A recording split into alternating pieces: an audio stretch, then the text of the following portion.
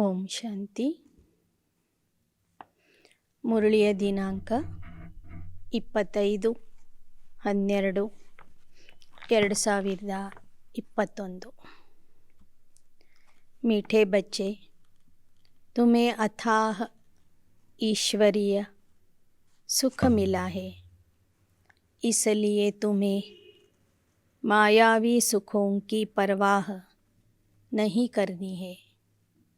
वह सुख ಕಾಗವಿಷ್ಠ ಸಮಾನ ಹೇ.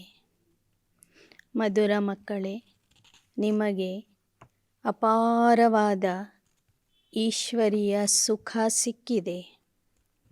ಆದ್ದರಿಂದ ನೀವು ಮಾಯೆಯ ಸುಖಕ್ಕೆ ಆಸೆ ಪಡಬಾರದು. ಮಾಯೆಯ ಸುಖ, ಕಲಿಯುಗದ ಸುಖ ಸಿಕ್ಕಿಲ್ಲ ಅಂತ ಚಿಂತೆ ಮಾಡಬಾರದು.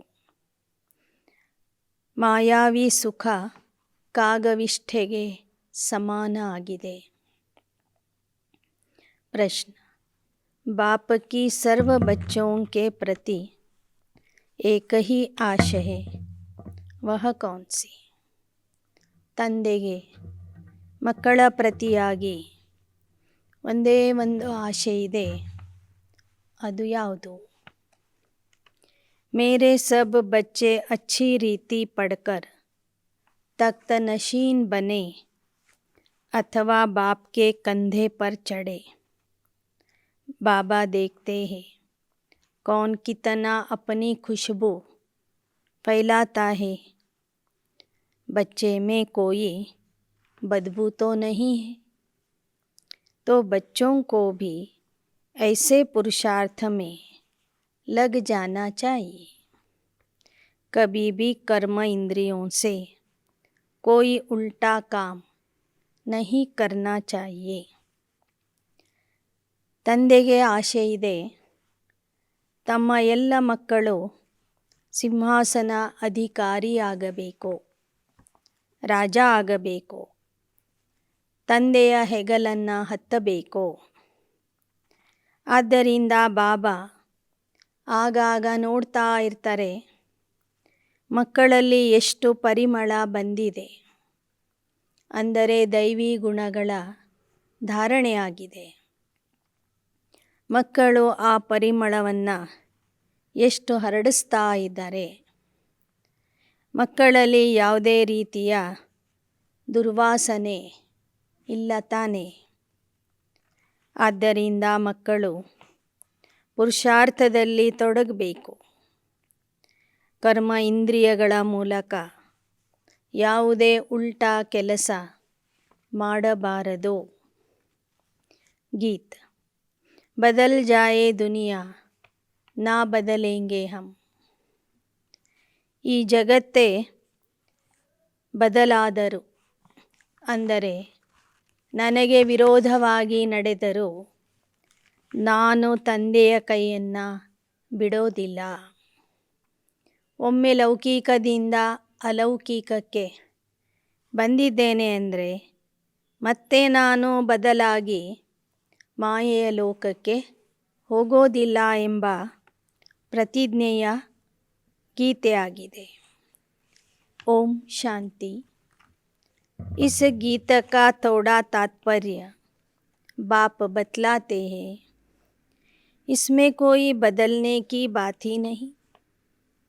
बच्चे बाप को कह नहीं सकते कि हम आपके बच्चे नहीं हैं, परंतु कोई समय बदल जाएंगे. वैसे बच्चे कभी बाप से बदलते नहीं. बच्चे तो है ही, परंतु कुटुंब से जुदा हो जाते. अब यह तो है ಬೇಹದ್ ಕಾ ಬಾಪ್. ಬಾಬಾ ಹೇಳ್ತಾರೆ, ಈ ಹಾಡಿನ ತಾತ್ಪರ್ಯ ಏನೆಂದರೆ, ಲೌಕಿಕದಲ್ಲಿ ತಂದೆ ಮಕ್ಕಳಿಂದ ಅಗಲಿ ಎಂದೂ ಹೋಗೋದಿಲ್ಲ. ಮಕ್ಕಳು ಮಾತ್ರ ಆಗಾಗ ಬದಲಾಗ್ತಿರ್ತಾರೆ. ಪರಿವಾರದಿಂದ, ಕುಟುಂಬದಿಂದ ದೂರ ಹೋಗ್ತಾರೆ. ಆದರೆ ನಾವು ಇಂಥವ್ರ ಮಕ್ಕಳೇ ಅಲ್ಲ ಅಂತ ಹೇಳಲಿಕ್ಕಾಗೋದಿಲ್ಲ ಅವ್ರಿಗೂ ಸಹ. ಹಾಗೆ ಬಾಬಾ ಹೇಳ್ತಾರೆ, ಇಲ್ಲಿ ನಾವು ಒಮ್ಮೆ ತಂದೆಯ ಮಕ್ಕಳಾಗಿದ್ದೀವೆಂದರೆ ಎಂದೆಂದೂ ಮತ್ತೆ ರಾವಣನ ಮಕ್ಕಳಾಗಬಾರದು. ಒಮ್ಮೊಮ್ಮೆ ಮಕ್ಕಳಲ್ಲಿ ಕೆಲವರು ಪುನಃ ಬದಲಾಗಿ ಬಿಡ್ತಾರೆ. ಈಶ್ವರೀಯ ಪರಿವಾರದಿಂದ ದೂರ ಹೋಗ್ತಾರೆ. ಅದಾಗಿದೆ ಲೌಕಿಕದ ತಂದೆ ಮಕ್ಕಳ ವಿಷಯ. ಇದಾಗಿದೆ ಬೇಹದ್ದಿನ ತಂದೆ ಮಕ್ಕಳ ವಿಷಯ. कहते मैं अपने परम धाम में रहता हूँ. ಬಾಬಾ ಹೇಳ್ತಾರೆ, ನಾನು ಬೇಹದ್ದಿನ ತಂದೆ, ನಾನಂತೂ ಯಾವತ್ತೂ ನಿಮ್ಮ ಕೈ ಬಿಟ್ಟು ಹೋಗೋದಿಲ್ಲ. ಬಂದಿದ್ದೀನಿ ಅಂದರೆ ಕೈ ಹಿಡ್ಕೊಂಡಿದ್ದೀನಿ. ನಾನು ಪರಮಧಾಮದ ನಿವಾಸಿ. जैसे तुम आत्माएं यहाँ आकर पार्ट बजाती हो, गृहस्थी बनती हो, वैसे मुझे भी आकर गृहस्थी बनना पड़ता है. यहाँ सन्मुख तुम मुझे माता पिता कहते हो. ಬಾಬಾ ಹೇಳ್ತಾರೆ, ನೀವು ಪರಮಧಾಮದಿಂದ ಬಂದು ಗೃಹಸ್ಥಿಗಳಾಗ್ತೀರಿ. ಹಾಗೆ ನಾನು ಸಹ ಸಂಗಮ ಯುಗದಲ್ಲಿ ಅಲ್ಲಿಂದ ಬಂದು ದೊಡ್ಡ ಗೃಹಸ್ಥಿ ಆಗ್ತೀನಿ. ಈ ಸಮಯದಲ್ಲಿ ನೀವು ನನಗೆ ತಂದೆ ತಾಯಿ ಅಂತ ಕರಿಬಹುದು. ಸನ್ಮುಖದಲ್ಲಿ ಬಂದು ಮಾತಪಿತನ ಸಂಬಂಧ ಜೋಡಿಸಬಹುದು. ಮಾತಪಿತನ ಪಾಲನೆಯ ಅನುಭವನೂ ಮಾಡಬಹುದು. ಬಲ್ ಆಗೆ ಪುಕಾರ್ತೆ ಥೆ ತುಮ ಮಾತಾ-ಪಿತಾ, ಪರಂತು ಉಸ್ ಸಮಯ ಮೈ ಗೃಹಸ್ಥಿ ನಹಿ ಥಾ.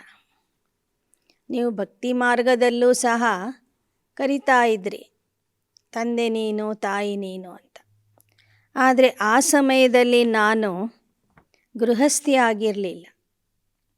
ಅಂದರೆ ಮಾತಾಪಿತಾ ಆಗಿ ನಿಮ್ಮ ಸನ್ಮುಖದಲ್ಲಿ ಬಂದಿರಲಿಲ್ಲ.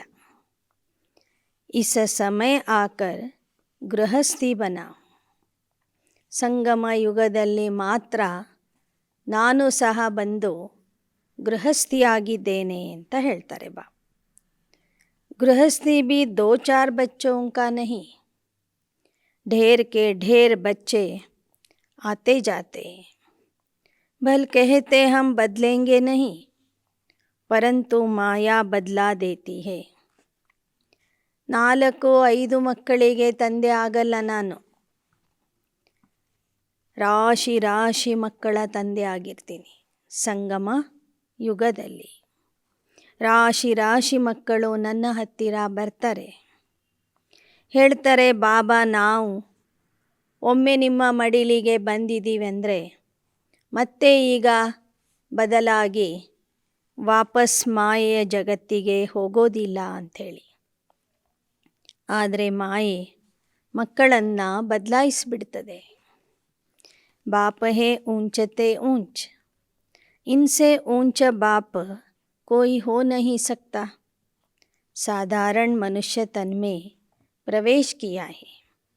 बच्चे जानते हैं भविष्य 21 जन्मों के लिए पुरुषार्थ अनुसार जायदाद मिलती है. ಅವನು ಅತ್ಯುನ್ನತ ತಂದೆ, ಅವನ ಸಮಾನ ಉನ್ನತ ಸ್ಥಾನದಲ್ಲಿ ಇರೋರು ಯಾರೂ ಇಲ್ಲ. ಆದರೆ ಅಂತಹ ಅತ್ಯುನ್ನತ ತಂದೆ ಸಾಧಾರಣ ಶರೀರದಲ್ಲಿ ಪ್ರವೇಶ ಮಾಡ್ತ.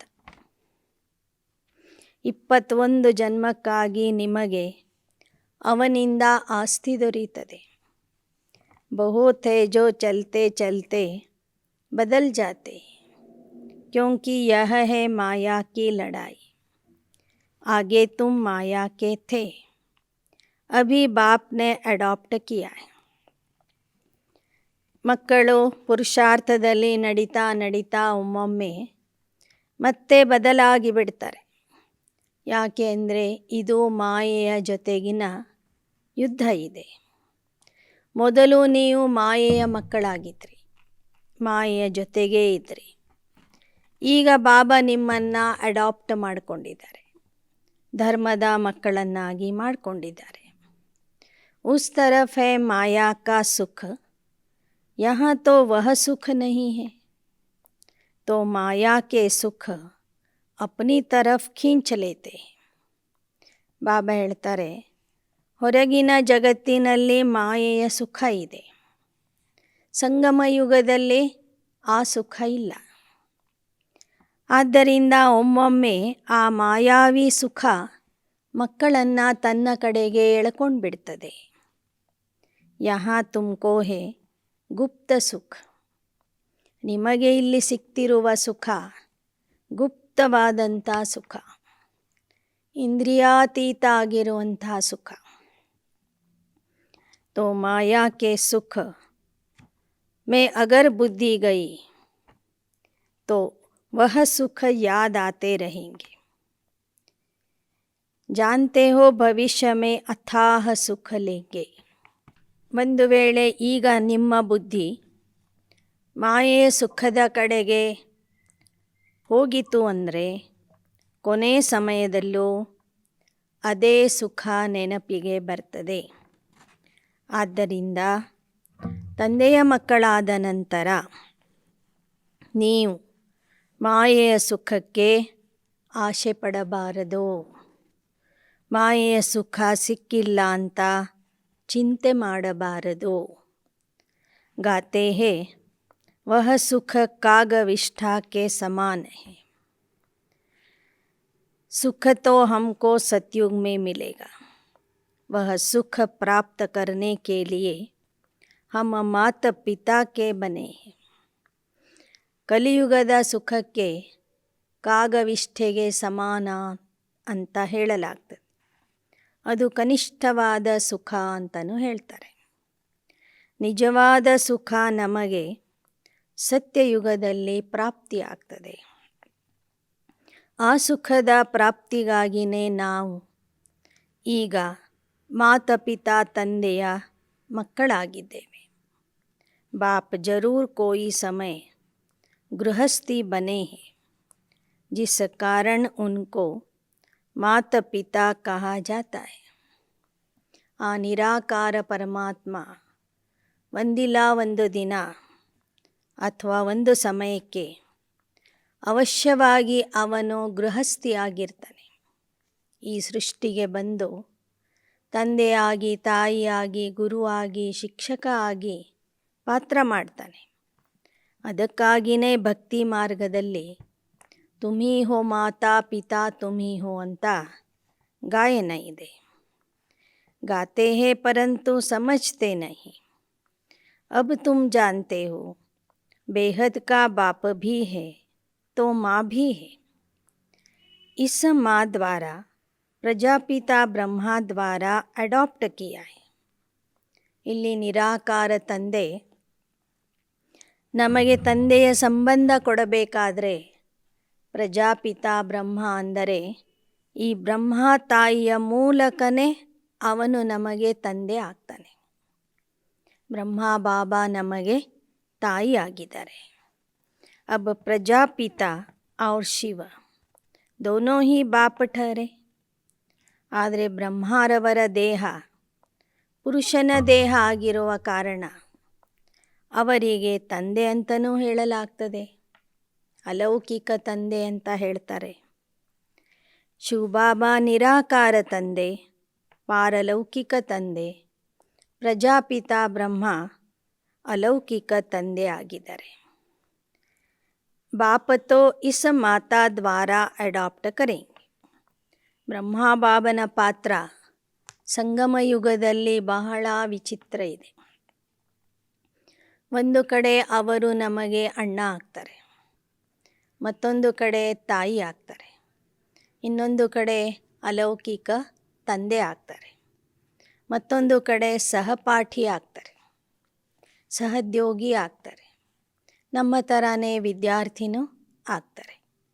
ಹೀಗೆ ಬಾಬಾ ಹೇಳ್ತಾರೆ, ನಿರಾಕಾರ ಪರಮಾತ್ಮನ ಪಾತ್ರ ಈ ಸೃಷ್ಟಿ ನಾಟಕದಲ್ಲಿ ಎಷ್ಟು ವಂಡರ್ಫುಲ್ ಇದೆಯೋ ಅಷ್ಟೇ ಈ ಬ್ರಹ್ಮ ತಂದೆಯ ಪಾತ್ರನೂ ಬಹಳ ವಂಡರ್ಫುಲ್ ಆಗಿದೆ.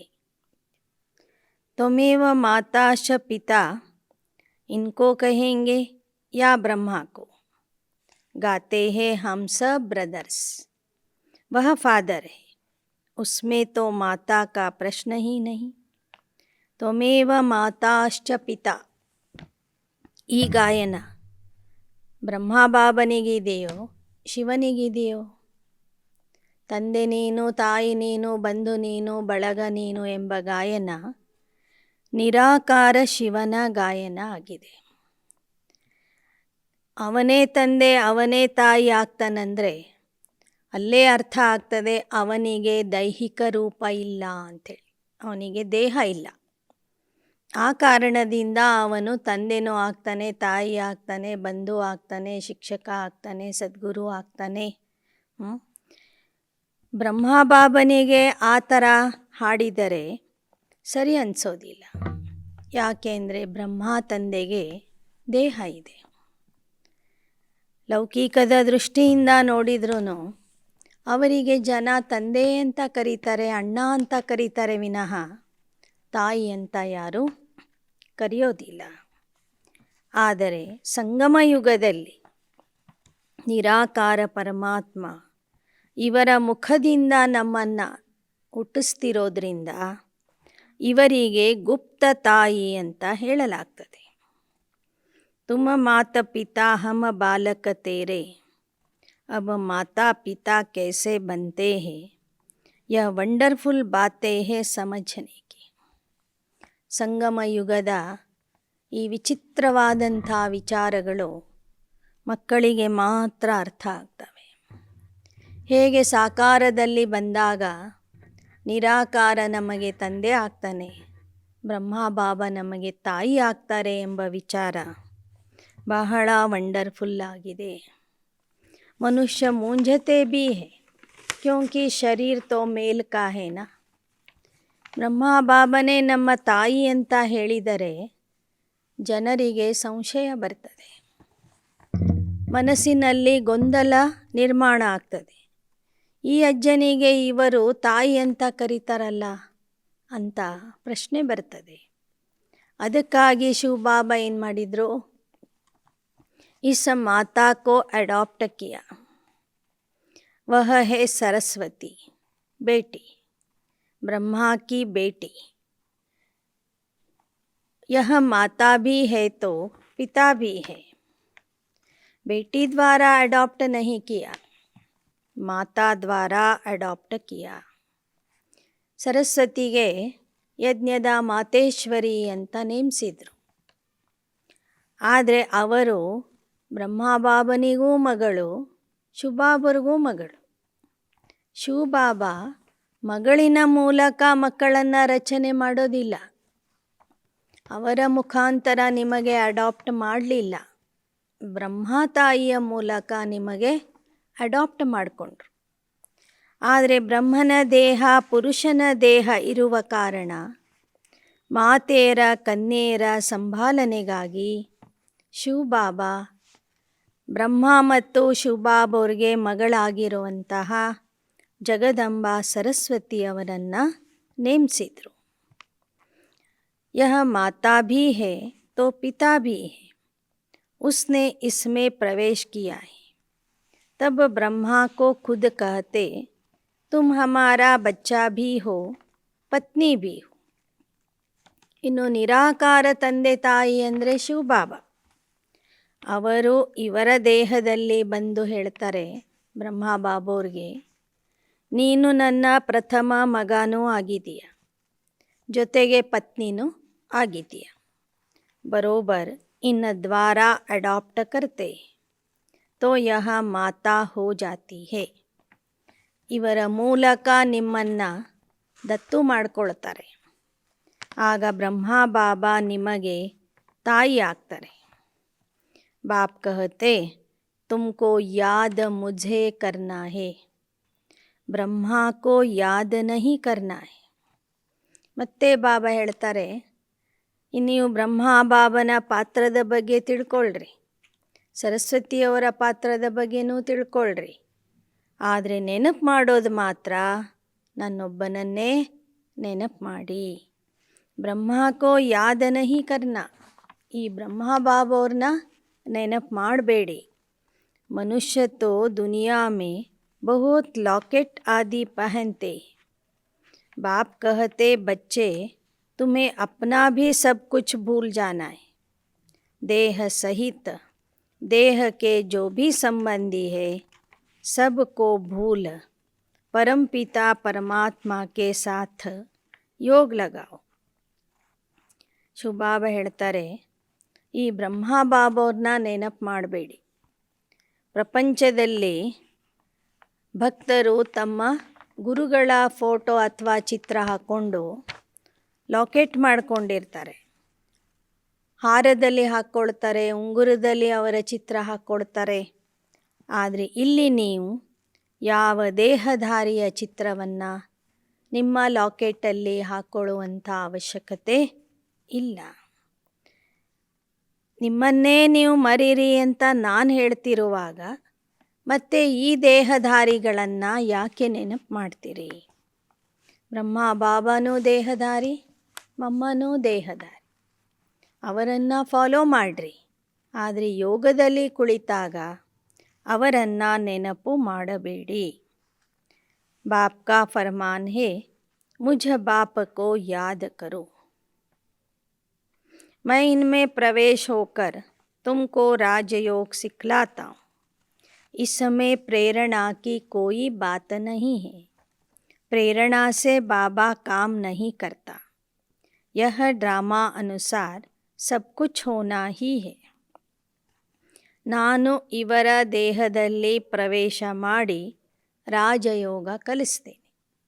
ಪ್ರೇರಣೆಯ ಮೂಲಕ ಶಿಕ್ಷಣ ಕೊಡೋದಿಲ್ಲ. ನಾಟಕದ ಅನುಸಾರವಾಗಿ ನಾನು ಸ್ವತಃ ಬಂದು ನಿಮಗೆ ಶಿಕ್ಷಣ ಕೊಡ್ತೀನಿ. बाप की याद से विकर्म विनाश होंगे. बाकी किसी देहधारी को याद करने से टाइम वेस्ट हो जाता है. ತಂದೆಯ ನೆನಪಿನಿಂದ ವಿಕರ್ಮಗಳು ನಾಶ ಆಗ್ತವೆ. ದೇಹಧಾರಿಗಳ ನೆನಪು ಮಾಡಿದರೆ ಸಮಯ ವೇಸ್ಟ್ ಆಗ್ತದೆ. दूसरे के साथ बुद्धियोग लगाते हो तो गोया बाप से नाफरमान वारदार बनते हो. ಅನ್ಯರ ಜೊತೆಗೆ ಬುದ್ಧಿಯೋಗ ಜೋಡಿಸ್ತೀರಿ ಅಂದರೆ ತಂದೆಯ ಆಜ್ಞೆಯನ್ನು ಉಲ್ಲಂಘಿಸ್ತೀರಿ, ಆಜ್ಞೆಯನ್ನು ಮುರಿತೀರಿ ಅಂತ ಅರ್ಥ. ಅವಜ್ಞೆ ಮಾಡ್ತೀರಿ. बाप को याद करने में मेहनत है, इसमें ही भूल होती. बाप कहते तुम आशिक हो, चलते फिरते मुझ माशुक को याद करने का पुरुषार्थ करो. गीत में भी भगवान वाच्य है, मामेकम याद करो. देह सहित देह के सब संबंध छोड़ अपने को आत्मा समझो. यह कौन कहते? ಶಿವ ಭಗವಾನ ವಾಚ್ಯ ಆಗಿದೆ. ದೇಹ ಸಹಿತವಾಗಿ ದೇಹದ ಸರ್ವ ಸಂಬಂಧಗಳನ್ನು ಮರೆತು, ಬಿಟ್ಟು ಅಂದರೆ ಏನು? ಮರೆತು ನನ್ನೊಬ್ಬನನ್ನೇ ನೆನಪು ಮಾಡಿರಿ. ಇದು ಭಗವಂತನ ಆದೇಶ ಆಗಿದೆ. हाँ, कृष्ण की आत्मा जरूर है, लेकिन यह कौन कहते? शिव बाबा या श्री कृष्ण.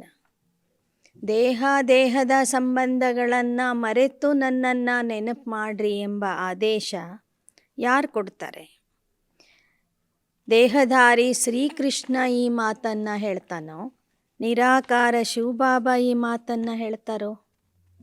किसको याद करना है? श्री कृष्ण तो संगम पर हो न सके.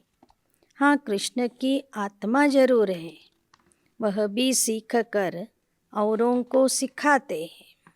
ಸಂಗಮ ಯುಗದಲ್ಲಿ ಶ್ರೀಕೃಷ್ಣನ ರೂಪದಲ್ಲಿ ಇರೋದಿಲ್ಲ, ಅವನ ಆತ್ಮ ಇರ್ತದೆ. ಆ ಆತ್ಮ ಇಲ್ಲಿ ಪರಮಾತ್ಮನಿಂದ ಜ್ಞಾನ ಕೇಳಿ ಯೋಗ ಕಲಿತೋ ಪುರುಷಾರ್ಥ ಮಾಡಿ ಅನ್ಯರಿಗೂ ಕಲಿಸಿ ನಂಬರ್ 1 ಸ್ಥಾನದಲ್ಲಿ ಬರ್ತಾರೆ. ಯಹ ಮುಖ್ಯ ಪಹಲಾ ನಂಬರ್ ಪ್ರಿನ್ಸ್ ಹೈ. ಆ ಕೃಷ್ಣನ ಆತ್ಮನೇ ಸಂಗಮ ಯುಗದಲ್ಲಿ ಪುರುಷಾರ್ಥ ಮಾಡಿ ಭವಿಷ್ಯದ ನಂಬರ್ 1 ರಾಜಕುಮಾರ ಆಗ್ತಾರೆ. इनके साथ और भी तो है ना, राधे भी साथ में है, परंतु फर्स्ट प्रिंस यह है, ರಾಧೆ तो फिर भी बाद में है. ಬಾಬಾ ಹೇಳ್ತಾರೆ, ನಂಬರ್ 1 ರಾಜಕುಮಾರನ ಜೊತೆಗೆ ಅನೇಕ ರಾಜಕುಮಾರ ಕುಮಾರಿಯರು ಸತ್ಯಯುಗದಲ್ಲಿ ಇರ್ತಾರೆ, ರಾಧೆನೂ ಇರ್ತಾಳೆ. ಆದರೆ ನಂಬರ್ 1 ಸ್ಥಾನ ಮಾತ್ರ ಇವರಿಗೆ ಸಿಗ್ತದೆ. ಯಾರು ಕೃಷ್ಣ ಆಗಿ ಸಂಗಮ ಯುಗದಲ್ಲಿ ಬ್ರಹ್ಮ ಆಗಿರ್ತಾರೆ ಅವರಿಗೆ ನಂಬರ್ 1 ಸ್ಥಾನ ಪ್ರಾಪ್ತಿಯಾಗ್ತದೆ.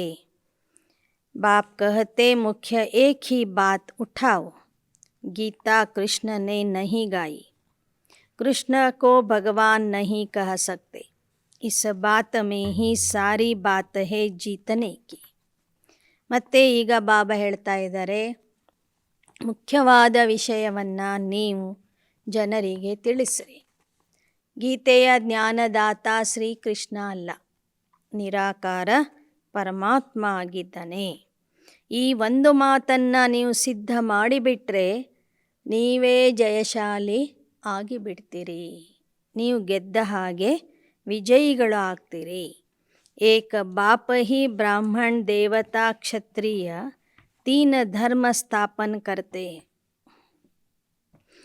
ಒಬ್ಬನೇ ತಂದೆ ಸಂಗಮ ಯುಗದಲ್ಲಿ ಬಂದು ಏಕಕಾಲದಲ್ಲಿ ಬ್ರಾಹ್ಮಣ ದೇವತಾ ಕ್ಷತ್ರಿಯ ಈ 3 ಧರ್ಮಗಳನ್ನು ಸ್ಥಾಪನೆ ಮಾಡ್ತಾನೆ ಭಗವದ್ಗೀತೆಯ ಜ್ಞಾನದ ಮೂಲಕ.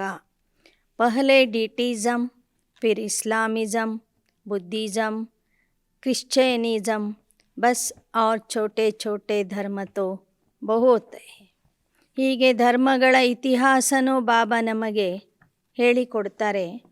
ಮೊದಲು ದೇವತಾ ಧರ್ಮ 2 ಯುಗಗಳವರೆಗೆ, 3ನೇ ಯುಗದಲ್ಲಿ ಮೊದಲು ಇಸ್ಲಾಂ ಧರ್ಮ ಬರ್ತದೆ, ನಂತರ ಬೌದ್ಧ ಧರ್ಮ, ನಂತರ ಕ್ರಿಶ್ಚಿಯನ್ ಧರ್ಮ ಬರ್ತದೆ. ಕಲಿಯುಗದಲ್ಲಿ ಮತ್ತೆ ಅನೇಕ ಉಪಧರ್ಮಗಳು, ಸಣ್ಣ ಪುಟ್ಟ ಧರ್ಮಗಳು ಸ್ಥಾಪನೆ ಆಗ್ತವೆ.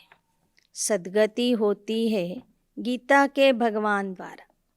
ಆದರೆ ಸದ್ಗತಿ ಸಿಗುವುದು ಮಾತ್ರ ಗೀತೆಯ ಭಗವಂತನಿಂದ. सर्व का सद्गति दाता बाप है, सर्व का जगत गुरु भी एक ही है. ಬಾಬಾ ಹೇಳ್ತಾರೆ, ಸರ್ವಧರ್ಮದ ಸರ್ವ ಆತ್ಮರ ಉದ್ಧಾರಕ್ಕಾಗಿ ಪರಮಾತ್ಮನೇ ಬರಬೇಕಾಗ್ತದೆ. ಸರ್ವರಿಗೂ ಸದ್ಗತಿ ಕೊಡುವಂತಹ, ಸರ್ವರಿಗೂ ಜಗದ್ಗುರು ಆಗಿರುವಂತಹ ಸತ್ಯಗುರು ಪರಮಗುರು ಒಬ್ಬನೇ ಆಗಿದ್ದಾನೆ. ಸದ್ಗುರು ಅರ್ಥಾತ್ ಸದ್ಗತಿ ಕರ್ನೆ ವಾಲ. ಸದ್ಗುರು ಅಂದರೇನು? ಸದ್ಗತಿ ಕೊಡುವಂಥವನು. ಯಹ ಸಬ್ಕೋ ಅಚ್ಚಿ ತರಹ ಸಮझा सकते हो. ಇದನ್ನು ನೀವು ಬಹಳ ಒಳ್ಳೆಯ ರೀತಿಯಿಂದ ಜನರಿಗೆ ತಿಳಿಸಬಹುದು. जो बाबा की मुरली निकलती है, सब स्टूडेंट को हक है मुरली अच्छी तरह पढ़ने का.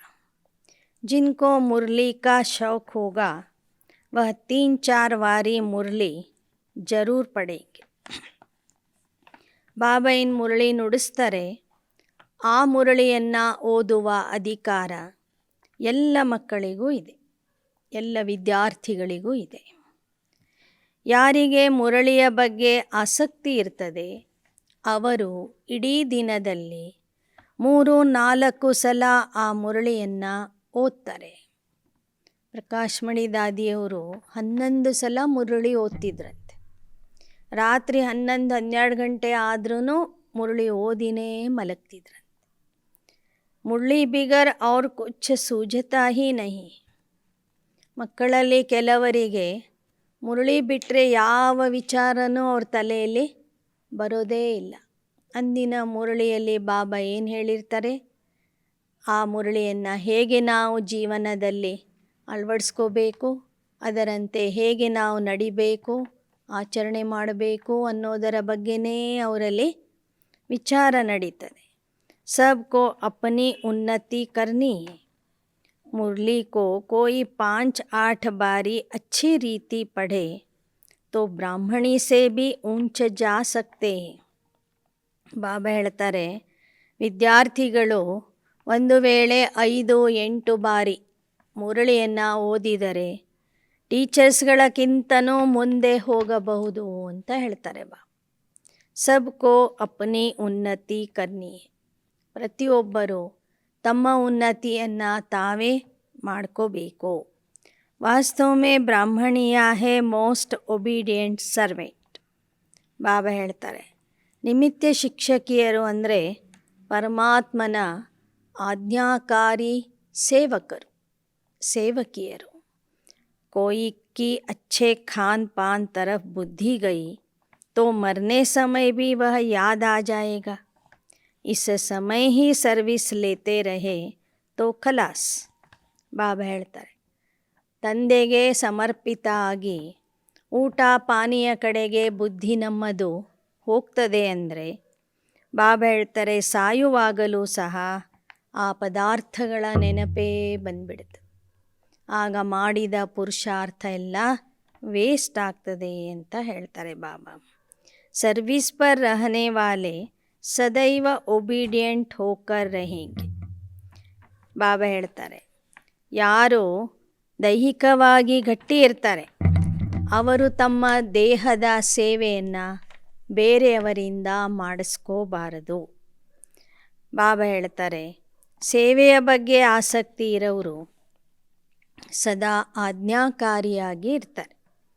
ಜೈಸೆ ಜನಕ್ ಬಚ್ಚಿ ಕಭಿ ಕೋಯಿ ಸೆ ಕಾಮ್ ನಹಿ ಲೇಗಿ, ಕೋಯಿ ಕೋ ತೋ आदत पड़ जाती तो फिर बात मत पूछो. कपड़े धोने वाले न मिलने से बीमार हो पड़ते, कहाँ जा नहीं सकते, इसमें जास्ती नवाबी चल न सके. सर्वेंट बन सर्विस करनी, बाप भी सर्वेंट है ना. कहते हैं ऊंचे ते ऊंच कितने साधारण तन में आया हूँ. ಬಾಬಾ ಹೇಳ್ತಾರೆ, ನಿಜವಾದ ಸೇವಾದಾರಿಗಳು ಸದಾ ಆಜ್ಞಾಕಾರಿಯಾಗಿ ಇರ್ತಾರೆ. ಹೇಗೆ ಜಾನಕಿ ದಾದಿಯವರಿದ್ದಾರೆ, ಯಾರಿಂದನೂ ತಮ್ಮ ಕೆಲಸ ಮಾಡಿಸ್ಕೊಳ್ಳೋದಿಲ್ಲ. ಆದರೆ ಕೆಲವರು ಎಲ್ಲ ಕೆಲಸಗಳನ್ನು ಬೇರೆಯವರಿಂದ ಮಾಡಿಸ್ಕೊಳ್ತಾರೆ. ಅದೇ ಅಭ್ಯಾಸ ಆಗಿಬಿಟ್ರೆ ಒಂದು ದಿನ ಬಟ್ಟೆ ತೊಳೆಯೋರು ಬರದಿದ್ದರೆ ಇವರ ಸ್ಥಿತಿನೇ ಹಾಳಾಗಿಬಿಡ್ತದೆ. ಅಂಥ ಸೇವಾದಾರಿಗಳು ಎಲ್ಲೂ ಹೋಗಿ ಸೆಟ್ ಆಗೋದಿಲ್ಲ. ಬಾಬಾ ಹೇಳ್ತಾರೆ, ಸೇವಾದಾರಿಗಳು ಇಲ್ಲಿಯೇ ನೀವು ರಾಜ ಆಗಬಾರ್ದು, ಸೇವಕ ಆಗಿ ಸೇವೆ ಮಾಡಬೇಕು. ಹೇಗೆ ಶಿವಬಾಬಾ ಸೇವಕ ಆಗಿದ್ದಾರೆ. ಸರ್ವೋಚ್ಚ ಸ್ಥಾನದಲ್ಲಿ ಇರೋರು ಸರ್ವೋನ್ನತ ಶಕ್ತಿಯಾಗಿರುವಂತಹ ಪರಮಾತ್ಮನೇ ಸಂಗಮ ಯುಗದಲ್ಲಿ ಸೇವೆ ಮಾಡ್ತಾನೆ, ಸಾಧಾರಣ ಶರೀರದಲ್ಲಿ ಬರ್ತಾನೆ. मैं कोई गाड़ी आदि नहीं मांगता, घोड़ा गाड़ी नहीं मांगता, यह तो फिर भी बाप है. वानप्रस्थ के बाद बच्चों का फर्ज रहता बाप की सेवा करना. ಲೌಕಿಕದ ತಂದೆ ಆದರೆ ಮಕ್ಕಳಿಂದ ಸೇವೆಯನ್ನು ಬಯಸ್ತಾರೆ ವಯಸ್ಸಾದಾಗ. ಆದರೆ ನಾನು ಯಾರಿಂದನೂ ಸೇವೆ ಮಾಡಿಸ್ಕೊಳ್ಳೋದಿಲ್ಲ. ಈ ಸೃಷ್ಟಿಗೆ ಬರುವಾಗ ನನಗೆ ಕುದುರೆ ಗಾಡಿ ಬೇಕು, ಕಾರ್ ಬೇಕು ಅಂತನೂ ನಾನು ಕೇಳೋದಿಲ್ಲ. ಶಿವ ಬಾಬಾ का रथ है, फिर भी बाबा कोई सेवा नहीं लेता है बच्चों से. बच्चों को अपनी पढ़ाई पर पूरा ध्यान देना है. ಬ್ರಹ್ಮ ಬಾಬವರು ಸಹ ಅಷ್ಟೇ ಸಾಧಾರಣವಾಗಿ ಇದ್ದರು. ಶಿವತಂದೆಯ ರಥ ಆಗಿದ್ರೂ ಸಹ ಅವರಲ್ಲಿ ಅಭಿಮಾನ ಇರ್ತಿರಲಿಲ್ಲ. ಜಾಸ್ತಿ ಮಕ್ಕಳಿಂದ ಸೇವೆನೂ ಮಾಡಿಸ್ಕೊಡ್ತಿರಲಿಲ್ಲ. ವಯಸ್ಸಾದ ಮೇಲೆ ಮಾಡಿಸ್ಕೊಂಡ್ರು. ಮಕ್ಕಳಿಗೆ ತಮ್ಮ ವಿದ್ಯಾಭ್ಯಾಸದ ಕಡೆಗೆ ಸಂಪೂರ್ಣ ಗಮನ ಕೊಡಬೇಕು. कायदेशीर पढ़ेंगे पढ़ाएंगे तो सतयुग में भी कायदेशीर राज्य करेंगे. सतयुग में बेकायदे कोई बात होती नहीं. ಇಲ್ಲಿ ನೀವು ನಿಯಮದ ಅನುಸಾರವಾಗಿ ಅಭ್ಯಾಸ ಮಾಡಿದರೆ, ಸೇವೆ ಮಾಡಿದರೆ, ಸತ್ಯಯುಗದಲ್ಲೂ ಸಹ ನಿಯಮಬದ್ಧವಾಗಿ राज्य आड़तीरी. सतयुग में बेकायदे कोई बात होती नहीं. हर एक बात में एक्यूरेट बनना है. ಸತ್ಯುಗದಲ್ಲಿ ಕಾಯ್ದೆ ಬಿಟ್ಟು ಯಾವ ವಿಷಯನೂ ಇರೋದಿಲ್ಲ. ಎಲ್ಲರೂ ನಿಯಮದ ಅನುಸಾರವಾಗಿಯೇ ನಡೀತಾರೆ. हम विश्व के राजकुमार राजकुमारी बनते हैं तो वह मैनर्स यहाँ सीखने. ಕೃಷ್ಣ की कितनी महिमा है. ನಾವು ವಿಶ್ವದ ರಾಜಕುಮಾರ ರಾಜಕುಮಾರಿ ಆಗ್ತಿದ್ದೀವಿ ಅಂದರೆ ಅಂತಹ ನಡವಳಿಕೆ ಇಲ್ಲಿಯೇ ಕಲಿಬೇಕು. ಕೃಷ್ಣನ ಮಹಿಮೆ ನೋಡಿ ಅಪರಂಪಾರ ಇದೆ. बाप से भी कृष्ण का नाम जास्ती. राधे कृष्ण के माँ बाप कोई इतने मार्क्स नहीं ले सकते. ಶಿವನಕ್ಕಿಂತನೂ ಕೃಷ್ಣನ ಮಹಿಮೆ ಜಾಸ್ತಿ ಇದೆ ಭಾರತದಲ್ಲಿ. ಮೊದಲನೇ ಕೃಷ್ಣನಿಗೆ ಅಪಾರ ಮಹಿಮೆ ಇದೆ, ಆದರೆ ಅವನ ತಂದೆ ತಾಯಿಗಳಿಗೆ ಅಷ್ಟೊಂದು ಮಹಿಮೆ ಇಲ್ಲ. जितने राधे कृष्ण का नाम लेते उतना और कोई का नहीं. ऊंची पढ़ाई यह पढ़ते सबसे जास्ती मार्क्स कृष्ण लेते. परंतु जन्म तो फिर कहाँ लेना ही पड़ेगा. तो जिसके पास जन्म लिया उनका इतना मान नहीं होता है. पहले ज़रूर उनके माँ बाप जन्म लेते होंगे, फिर भी कृष्ण बच्चे का नाम बाला होता है. यह बातें बड़ी गुप्त है. ಮೊದಲನೇ ಕೃಷ್ಣನ ತಂದೆ ತಾಯಿಗಳು ಅಷ್ಟೊಂದು ಪ್ರಸಿದ್ಧಿ ಆಗಿರೋದಿಲ್ಲ. ಅವರ ಪುರುಷಾರ್ಥ ಕೃಷ್ಣನ ಪುರುಷಾರ್ಥದಕ್ಕಿಂತ ಕಡಿಮೆ ಇರ್ತದೆ ಸಂಗಮ ಯುಗ. ಹೇಗೆ ಲೌಕಿಕದಲ್ಲಿ ನೀವು ನೋಡ್ತೀರಿ, ಕೆಲವ್ರ ಮನೆಗಳಲ್ಲಿ ತಂದೆ ಅಷ್ಟೊಂದು ದೊಡ್ಡ ಸ್ಥಾನಮಾನದಲ್ಲಿ ಇರೋದಿಲ್ಲ, ಆದರೆ ಮಕ್ಕಳು ಓದಿ ದೊಡ್ಡವರಾಗಿ ತಂದೆಗಿಂತನೂ ಮುಂದೆ ಹೋಗ್ತಾರೆ, ಪ್ರಸಿದ್ಧಿ ಆಗ್ತಾರೆ. ಹಾಗೆ ಕೃಷ್ಣನ ಒಂದು ಗಾಯನ ಏನಿದೆ ಅದು ಸಹ ಕೇವಲ ಕೃಷ್ಣನ ಮಹಿಮೆ ಹಾಡಲಾಗ್ತದೆ, ಗಾಯನ ಮಾಡಲಾಗ್ತದೆ ವಿನಃ ಕೃಷ್ಣನ ತಂದೆ ತಾಯಿಗಳಿಗೆ ಅಷ್ಟೊಂದು ಮಹಿಮೆ ಇಲ್ಲ ಅಂತ ಹೇಳ್ತಾರೆ. ಮೂಲ ಬಾತ್ ಹೈ ಅಪನೆ ಕೋ ಅಶರೀರಿ ಆತ್ಮ ಸಮझो. हम बेहद बाप की औलाद है. हमको सर्वगुण संपन्न यहाँ बनना है. अभी कोई संपूर्ण नहीं बने, सभी पुरुषार्थी है. इनकी रिजल्ट भी बाबा देखते हैं ना. यह सबसे ऊंच जाएगा, इसलिए फॉलो फादರ್ कहा जाता है. ಮೊದಲನೇ ಕೃಷ್ಣ ಆಗುವಂತಹ ಬ್ರಹ್ಮ ತಂದೆಯ ಪುರುಷಾರ್ಥ ಶಿವಬಾಬಾ ಇಲ್ಲಿಯೇ ನೋಡ್ತಾರೆ. ಶಿವಬಾಬಾ ಅವ್ರಿಗೆ ಗೊತ್ತಿದೆ ಇವರೇ ನಂಬರ್ 1 ಸ್ಥಾನಕ್ಕೆ ಹೋಗೋರು ಅಂತ. ಅದಕ್ಕಾಗಿ ಮಕ್ಕಳಿಗೆ ಇವರನ್ನು ಫಾಲೋ ಮಾಡೋದಕ್ಕೆ ಹೇಳ್ತಾರೆ. ಅಂತ್ಯ ತಕ್ ಫಾದರ್ ಕೋ ಹಿ ಫಾಲೋ ಕರ್ನಾ ಪಡೆ. ನಿಮ್ಮ ಪುರುಷಾರ್ಥದ ಕೊನೆಯವರೆಗೂ ನೀವು ಬ್ರಹ್ಮ ಬಾಬಾವ್ರನ್ನ ಫಾಲೋ ಮಾಡಬೇಕು. ड्रामा में कुछ होता है, समझा जाता है, यही राइट है. कोई भी बात में संशय नहीं आ सकता. अम्मा मरे तो भी हलवा खाना, बीबी मरे तो भी हलवा खाना. तुमको तो मन मना भव होकर रहना है. ನಾಟಕದಲ್ಲಿ ಯಾವುದೇ ದೃಶ್ಯ ಬಂದರೂ ಏನೇ ನಡೆದರೂ ಸಹ ಅದು ಸರಿ ಇದೆ ಅಂತಲೇ ತಿಳ್ಕೋಬೇಕು, ಅದರಲ್ಲಿ ಸಂಶಯ ಪಡಬಾರದು. ಒಂದು ವೇಳೆ ಅಮ್ಮ ದೇಹ ಬಿಟ್ಟರೂ ಖುಷಿಯಿಂದ ಇರಬೇಕು, ಪತ್ನಿ ದೇಹ ಬಿಟ್ಟರೂ ಖುಷಿಯಿಂದ ಇರಬೇಕು, ಮನ್ಮನಾಭವದ ಸ್ಥಿತಿಯಲ್ಲಿ ಇರಬೇಕು. दुख की कोई बात नहीं, ड्रामा में जो नूंद होगी वह होता ही रहेगा. अनादि बना बनाया ड्रामा है. बच्चों का काम है पुरुषार्थ कर अपना जीवन हीरे जैसा बनाना. ನಾಟಕದಲ್ಲಿ ಏನಿದೆಯೋ ಅದು ನಡೀತಾ ಇದೆ. ಇದು ಅನಾದಿ ಮಾಡಲ್ಪಟ್ಟಂತಹ ನಾಟಕ ಆಗಿದೆ. ಮಕ್ಕಳ ಕೆಲಸ ಆಗಿದೆ ಪುರುಷಾರ್ಥ ಮಾಡಿ ತಮ್ಮ ಜೀವನ ವಜ್ರ ಸಮಾನ ಮಾಡಿಕೊಳ್ಳೋದು. कर्म इंद्रियों से कोई उल्टा काम नहीं करना है. ಕರ್ಮ ಇಂದ್ರಿಯಗಳಿಂದ ಯಾವುದೇ ರೀತಿಯ ಉಲ್ಟಾ ಕೆಲಸ ಮಾಡಬಾರದು. ऐसे नहीं जो भाग्य में होगा. बाबा को पूरा समाचार भी देना है. कोई सेंटर का तो बिल्कुल पता भी नहीं पड़ता. कई सेंटर्स चलते हैं. कोई तो बिगर ब्राह्मणी भी गीता पाठशाला खोल सर्विस करते रहते.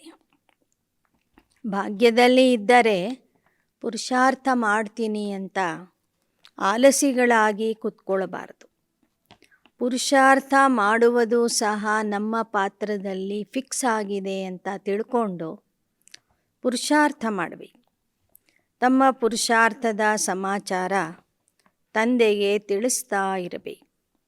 ಅನೇಕ ಸೇವಾ ಕೇಂದ್ರಗಳಿಂದ ಯಾವ ಸಮಾಚಾರನೂ ಬರೋದೇ ಇಲ್ಲ ಅಂತ ಹೇಳ್ತಾರೆ ಬಾಬಾ. ಕೆಲವರು ಟೀಚರ್ಸ್ ಇಲ್ದಿದ್ರೂ ಸಹ ತಾವೇ ಸೇರಿಕೊಂಡು ಗೀತಾ ಪಾಠಶಾಲೆಯನ್ನು ತೆರೆದು ಸೇವೆ ಮಾಡ್ತಾರೆ. ನಂಬರ್ ವಾರ್ ತೋ ಹೈನಾ, जो अच्छी सर्विस करते वही बाबा की दिल पर चढ़ते, तख्त नशीन होते. बाप चाहते बच्चे अच्छी रीति पढ़कर बाप के कंधे पर चढ़ जाए. इम्तहान तो एक ही है, परंतु मर्तबे की वैरायटी कितनी. ಬಾಬನಿಗೇನು ಆಸೆ ಇದೆ ಅಂದರೆ ನನ್ನ ಮಕ್ಕಳು ಎಲ್ಲರೂ ರಾಜ್ಯ ಅಧಿಕಾರಿಗಳಾಗಲಿ, ನನ್ನ ಹೆಗಲಿನ ಮೇಲೆ ಕೂತ್ಕೊಳ್ಳಿ. ಪರೀಕ್ಷೆ ಅಂತೂ ಒಂದೇ ಇದೆ, ಆದರೆ ಪಾಸ್ ಆಗೋರು ನಂಬರ್ ವಾರ್ ಪಾಸ್ ಆಗ್ತಾರೆ. ಯಾರು ಒಳ್ಳೆಯ ರೀತಿಯಿಂದ ಸೇವೆ ಮಾಡ್ತಾರೋ ಅವರು ತಂದೆಯ ಹೃದಯ ಸಿಂಹಾಸನವನ್ನು ಏರ್ತಾರೆ. ಇಮ್ತಹಾನ್ ತೋ ಏಕ್ ಹಿ ಹೈ, ಪರಂತು ಮರ್ತಬೆ ಕಿ ವೈರಾಯಿಟಿ ಹೈ. हर एक फूल अपनी अपनी खुशबू देते, कोई तो एकदम बदबू वाले भी है, कई बच्चे कमाल करने वाले भी है. ನನ್ನ ಈ ಹೂ ತೋಟದಲ್ಲಿ ಅನೇಕ ಹೂಗಳಿವೆ. ಕೆಲವು ಹೂಗಳಿಂದ ಸುಗಂಧ ಪರಿಮಳ ಹರಡ್ತಾ ಇದೆ. ಇನ್ನು ಕೆಲವು ಹೂಗಳಿಂದ ದುರ್ವಾಸನೆ ಬರ್ತಿರ್ತದೆ ಅಂತಾರೆ ಬಾಬಾ. ಕೆಲವರು ಪರಿಮಳ ಹರಡಿಸುವಂಥ ಹೂಗಳು, ಕೆಲವರು ದುರ್ಗಂಧ ಕೊಡುವಂಥವು.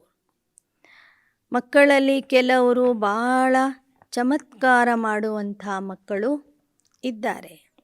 ಜೈಸೆ ಪ್ರೇಮ್ ಹೇ, मनोहर है, दीदी है, इनकी सब महिमा करते. कोई का तो नाम भी नहीं लेते. बाप को पतित से पावन बनाने में कितनी मेहनत करनी पड़ती है. ಹೇಗೆ ಪ್ರೇಮ್ ಬೆಹನ್ ಅಂತ ಡೆಹ್ರಾಡೂನ್ನಲ್ಲಿ ಇದ್ದಾರೆ, ಅವ್ರ ಬಗ್ಗೆ ಬಾಬಾ ಹೇಳ್ತಾ ಇದ್ದಾರೆ. ಮನೋಹರ್ ದಾದಿ ಇದ್ದರು, ಅವ್ರ ಬಗ್ಗೆ ಹೇಳ್ತಿದ್ದಾರೆ. ಮನಮೋಹಿನಿ ದೀದಿಯವ್ರ ಬಗ್ಗೆ ಬಾಬಾ ಹೇಳ್ತಾ ಇದ್ದಾರೆ. ಅವರನ್ನು ಎಲ್ಲರೂ ಕರಿತಿದ್ರು, ಮಹಿಮೆ ಮಾಡ್ತಿದ್ರು. ಇನ್ನು ಕೆಲವ್ರ ಹೆಸರೇ ಗೊತ್ತಿರಲಿಲ್ಲ ಪರಿವಾರದವ್ರಿಗೆ, ಅಂಥ ಮಕ್ಕಳು ಸಹ ಇದ್ದರು. ಬಂದರೋಂಕೋ ಮಂದಿರ್ ಲಾಯಕ್ ಬನಾತೆ ಹೇ, ಸೂರ್ಯವಂಶಿ ಚಂದ್ರವಂಶಿ ರಾಜ ಪ್ರಜಾ ಗರೀಬ್ ಸಾವ್ಕಾರ್ ಸಬ್ ಬಂತೆ ಹೇನ. ಪತಿತರನ್ನು ಪಾವನ ಮಾಡುವ ಕೆಲಸದಲ್ಲಿ ಶಿವಬಾಬಾ ಎಷ್ಟೊಂದು ಪರಿಶ್ರಮ ಪಡ್ತಾರೆ. ಈ ಮಂಗಗಳನ್ನು ಮಂದಿರ ಲಾಯಕ ಮಾಡಬೇಕು ಅಂದರೆ ಅವನಿಗೆ ಎಷ್ಟು ಕಷ್ಟ ಆಗ್ತದೆ. ಸೂರ್ಯವಂಶಿ, ಚಂದ್ರವಂಶಿ, ರಾಜ, ಪ್ರಜಾ, ಬಡವರು, ಶ್ರೀಮಂತರು ಎಲ್ಲರೂ ತಯಾರಾಗ್ತಿದ್ದಾರೆ. पुरुषार्थ कर ऊंच पद पाना है, नहीं तो जन्म जन्मांतर के लिए वही बन जाएगी, फिर बहुत पछताना पड़ेगा. ಪುರುಷಾರ್ಥ ಮಾಡಿ ಒಳ್ಳೆ ಪದವಿಯನ್ನು ಪಡ್ಕೋಬೇಕು. ಇಲ್ದಿದ್ರೆ ಜನ್ಮ ಜನ್ಮಾಂತರಕ್ಕೂ ಅದೇ ಗತಿ ಆಗ್ತದೆ, ಅದೇ ಪದವಿ ಸಿಗ್ತದೆ. ಕಡಿಮೆ ಪದವಿ ಸಿಕ್ಕಾಗ ಪಶ್ಚಾತ್ತಾಪ ಪಡಬೇಕಾಗ್ತದೆ. बाबा से हमने पूरा वर्षा नहीं लिया, टीचर गुरु भी कहेगा फॉलो करो, यह तो बाप टीचर गुरु एक ही है. ಬಾಬಾ ಹೇಳ್ತಾರೆ, ನಾನೇ ಟೀಚರ್ ಗುರು ತಂದೆ ಆಗಿ ಆದೇಶ ಕೊಡ್ತಿದ್ದೀನಿ, ನೀವು ಅದನ್ನು ಫಾಲೋ ಮಾಡಿರಿ. ಕೊನೆಗೆ ಫೇಲ್ ಆದಾಗ ಪಶ್ಚಾತ್ತಾಪ ಮಾಡಿನೋ ಪ್ರಯೋಜನ ಇಲ್ಲ. ಆಗ ನೆನ್ಪು ಮಾಡ್ಕೊಳ್ತೀರಿ ನೀವು. ಬಾಬಾ ಹೇಳ್ತಿದ್ರು, ಈ ಥರ ನಮಗೆ ಎಚ್ಚರಿಕೆ ಕೊಡ್ತಿದ್ರು, ನಾವು ಕೇಳಲಿಲ್ಲ ಅಂತ. ಆಗ ಪಶ್ಚಾತ್ತಾಪ ಆಗ್ತದೆ. ಲೇಕಿನ್ ಕುಚ್ ಕರ್ ನಹಿ ಸಕ್ತೆ. ಆದರೆ ಆ ಸಮಯದಲ್ಲಿ ಮತ್ತೆ ಅಭ್ಯಾಸ ಮಾಡಿ ಮತ್ತೆ ಪರೀಕ್ಷೆ ಕಟ್ತೀನಿ ಅಂದರೆ ಸಾಧ್ಯವಿಲ್ಲ ಅಂತ ಹೇಳ್ತಾರೆ ಬಾಬಾ. ವ ನಿರಾಕಾರ ನಾಲೆಜ್ಫುಲ್ उनसे ही वर्षा मिलता है, सर्व का सद्गति दाता जिसकी सब साधना करते हैं. साधु अर्थात साधना करने वाले फिर किसको मुक्ति दे कैसे सकते. ಸರ್ವರ ಸದ್ಗತಿ ದಾತ ಶಿವ ಬಾಬಾ ಒಬ್ಬರೇ ಆಗಿದ್ದಾರೆ. ಪರಮಾತ್ಮ ಒಬ್ಬನು ಮಾತ್ರ ಸಾಧನೆ ಮಾಡೋದಿಲ್ಲ, ಉಳಿದವರೆಲ್ಲರೂ ಸಾಧನೆ ಮಾಡ್ತಾರೆ, ಪುರುಷಾರ್ಥ ಮಾಡ್ತಾರೆ. ಸಾಧು ಎಂಬ ಶಬ್ದ ಸಾಧನೆಯಿಂದ ಬಂದಿದೆ. ಯಾರು ಸಾಧನೆ ಮಾಡ್ತಾರೋ ಅವರೆಲ್ಲ ಸಾಧುಗಳು.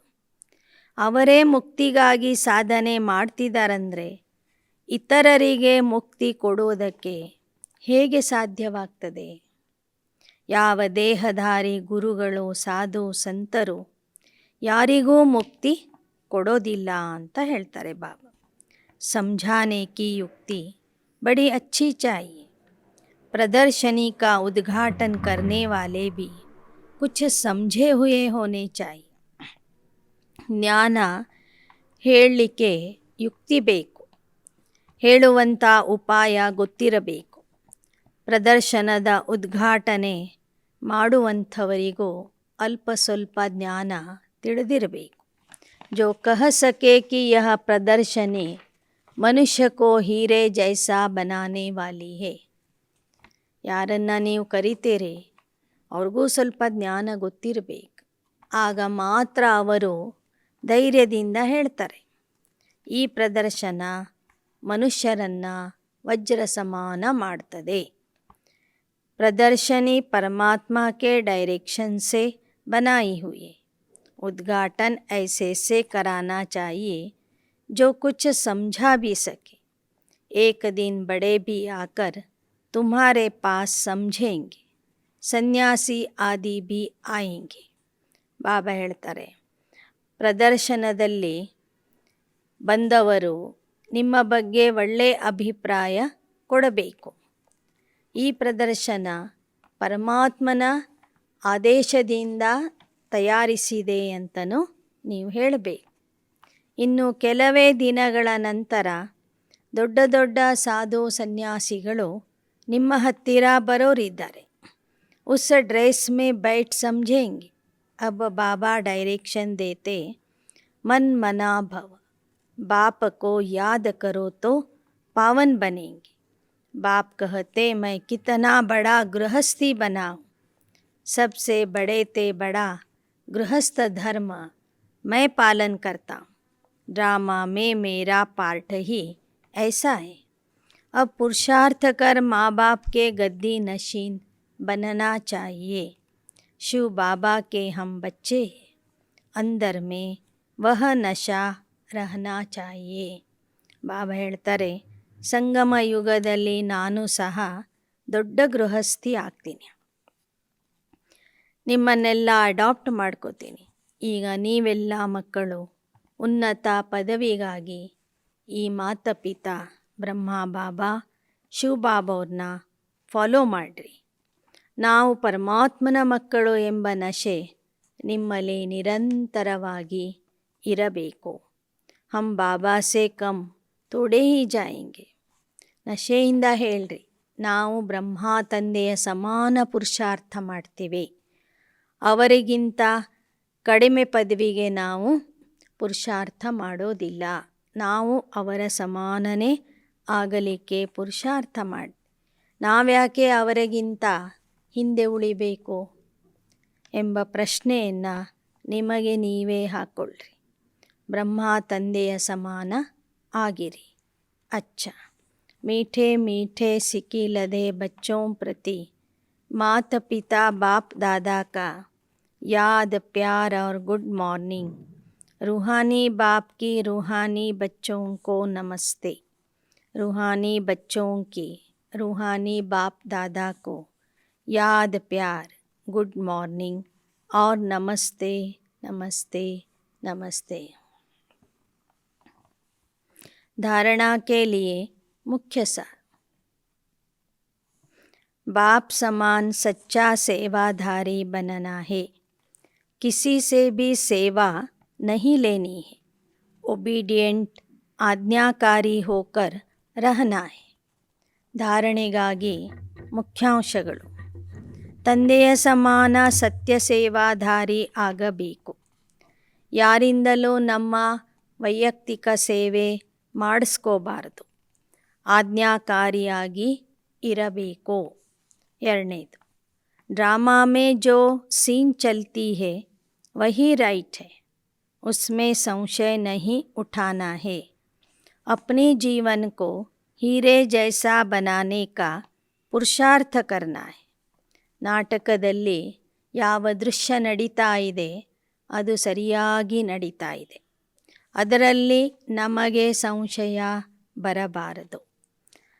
ತಮ್ಮ ಜೀವನವನ್ನು ವಜ್ರ ಸಮಾನ ಮಾಡಿಕೊಳ್ಳುವಂತಹ ಪುರುಷಾರ್ಥ ಮಾಡಬೇಕು.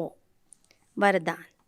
इस पुरानी दुनिया को विदेश समझ इससे उपराम रहने वाले ಸ್ವದೇಶಿ ಭವ.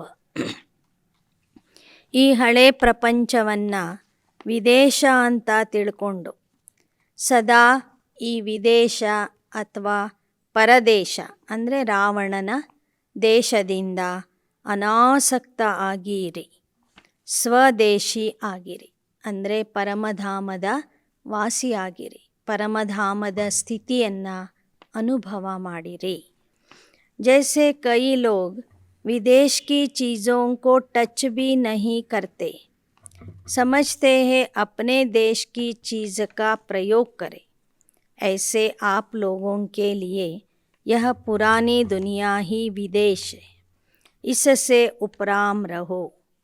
ಹೇಗೆ ಕೆಲವರು ವಿದೇಶದ ವಸ್ತುಗಳನ್ನು ಮುಟ್ಟೋದಿಲ್ಲ, ಪ್ರತಿಯೊಂದು ವಸ್ತುವನ್ನು ತಮ್ಮ ದೇಶದ ವಸ್ತುವನ್ನೇ ಪ್ರಯೋಗ ಮಾಡ್ತಾರೆ, ಹಾಗೆ ತಮಗೆ ಈ ಹಳೆ ಪ್ರಪಂಚನೇ ವಿದೇಶ ಆಗಿದೆ.